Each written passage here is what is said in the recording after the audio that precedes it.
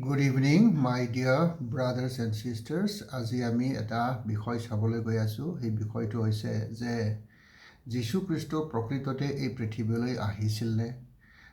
প্ৰকৃততে যীশু খ্ৰীষ্টক দেখা লোকবিলাক আছিলনে? না এইটো এটা কাল্পনিক কাহিনী?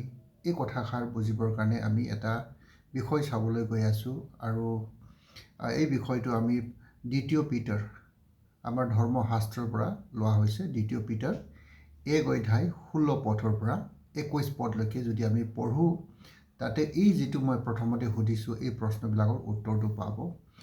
যিহেতু মই অসমীয়া ভালকৈ পঢ়িব নোৱাৰে কাৰণে মই নপঢ়িম আৰু সময় বেছি ল'বলৈ মন নোযোৱাৰ কাৰণেও মই পঢ়িবলৈ মন যোৱা নাই। আপোনালোকে যাৰ বাইবেল আছে আপোনালোকে মেলি চাব পাৰিব, যাৰ হাতত নাই আপোনালোকে স্মাৰ্টফোনত ডাউনলোড কৰি চাব পাৰিব। তো কথাটো হ'ল যে প্ৰকৃততে সঁচাকৈ যীশু খ্ৰীষ্ট এই পৃথিৱীত আহিছিল নেকি? তেওঁ দেখা লোকবিলাক আছিল নেকি?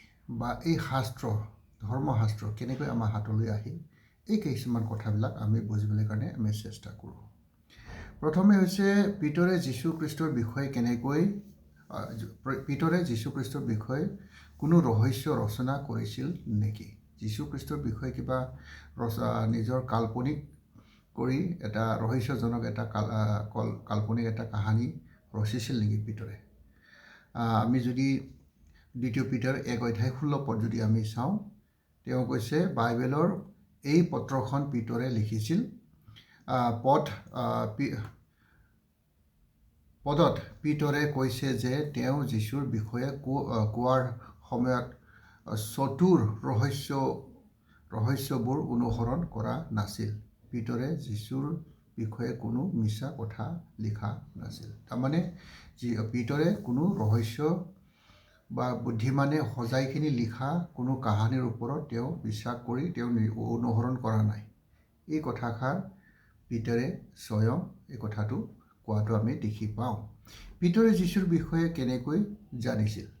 পিতৰে যীশুৰ বিষয়ে কেনেকৈ জানিলে? পিতৰে কেনেকৈ যীশুক বিষয়ে গম পালে? এই কথাটো আমি যদি 2 পিটাৰ 1 অধ্যায় 17 আৰু 18 পদ যদি আমি পঢ়োঁ, তাত আমি দেখি পাম যে পিতৰে যীশু খ্ৰীষ্টক নিজ চকুৰে দেখিছে বুলি কৈছে, কাৰণ তেওঁ যীশু খ্ৰীষ্টৰ লগত পৰ্বতত একেলগে আছিলে।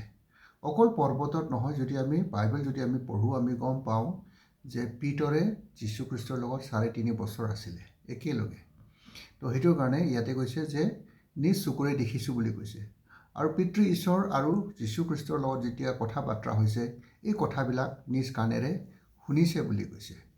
গতিকে যীশু খ্ৰীষ্ট যে এই পৃথিৱীলৈ আহিছিল, এই কথাটো এইটোৰ যোগেদি প্ৰমাণিত হয় যে যীশু খ্ৰীষ্টক দেখা লোক আছিলে, তেওঁৰ লগত থকা লোকবিলাক আছিলে, আৰু ঈশ্বৰ আৰু যীশু খ্ৰীষ্টৰ লগত যেতিয়া কথা বাৰ্তা হৈছে এই কথাবিলাক শুনা লোকবিলাক আছে। আৰু ইয়াতে কৈছে আমি বুলি কৈছে, অকল পিতৰ অকলে নহয়, আমি মানে প্লুৰেল হয়। গতিকে পিতৰৰ লগত নিশ্চয় আৰু কেইজনমান মানুহ আছে, যদিও পিতৰত এই উল্লেখটো কৰা নাই কেইজন ব্যক্তিবিলাক আছিলে। পবিত্ৰ শাস্ত্ৰই আমাৰ বাবে কি কৰে? পবিত্ৰ শাস্ত্ৰই আমাৰ বাবে কি কৰে?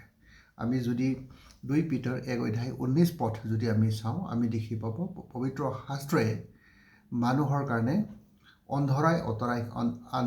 অন্ধৰাইটো অতৰাইখিনি পোহৰ আনে বুলি কৈছে। আন্ধাৰ অতৰাইখিনি পোহৰ আনে।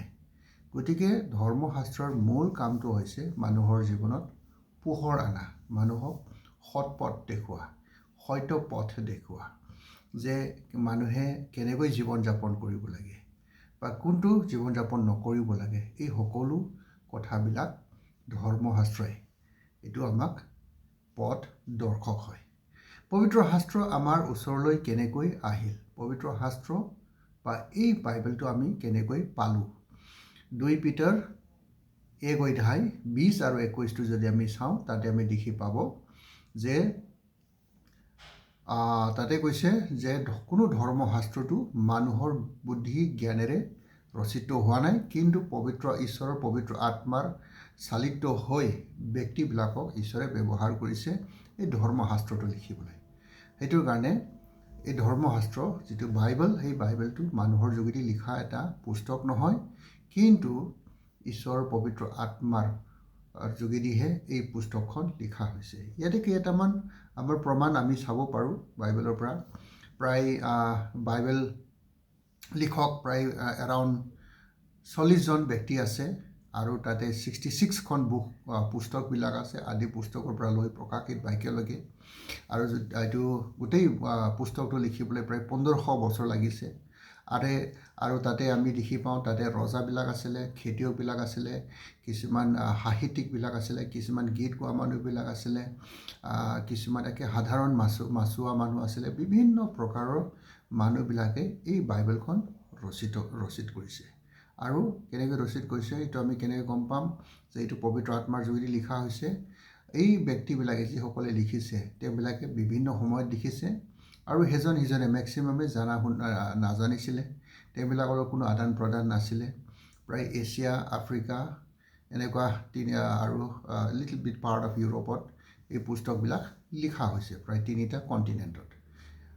যদিও 40জন মানুহ, 66 পুস্তক, 1500 বছৰ লাগিছে, কিন্তু কোনো এটা পুস্তক আৰু অন্য এটা পুস্তকৰ লগত সম্পৰ্ক নথকা নহয়। It connect very well.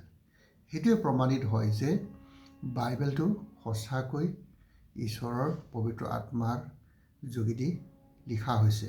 যদি পবিত্ৰ আত্মাৰ যোগেদি লিখা নহ'লেহেঁতেন এই 40জন মানুহৰ লিখনিবিলাক কাৰো লগত নিমিলাকৈ বহুতখিনি অমিলবিলাক থাকিলেহেঁতেন, কিন্তু আমি কোনো অমিল দেখি নাপাওঁ। সেইটোৱে আমাক প্ৰমাণ দেখুৱায় যে বাইবেলখন পবিত্ৰ আত্মাৰ যোগেদি লিখা হৈছে। তো ইয়াতে আমি কি জানিছোঁ? এতিয়া আমি ইয়াতে শিকিব পাইছোঁ যে যীশুখ্ৰীষ্ট সঁচাকৈ এই পৃথিৱীলৈ আহিছিলে। যীশুখ্ৰীষ্টক দেখা লোকবিলাক আছিলে। ঈশ্বৰ আৰু যীশুৰ লগত কথা কোৱাটো শুনোতা লোকবিলাক আছিলে। পিতৰ আৰু তেওঁৰ কিছুমান বন্ধুবিলাকে যীশুৰ লগত 3.5 বছৰ একেলগে আছিলে, আমি এইটো গম পালোঁ।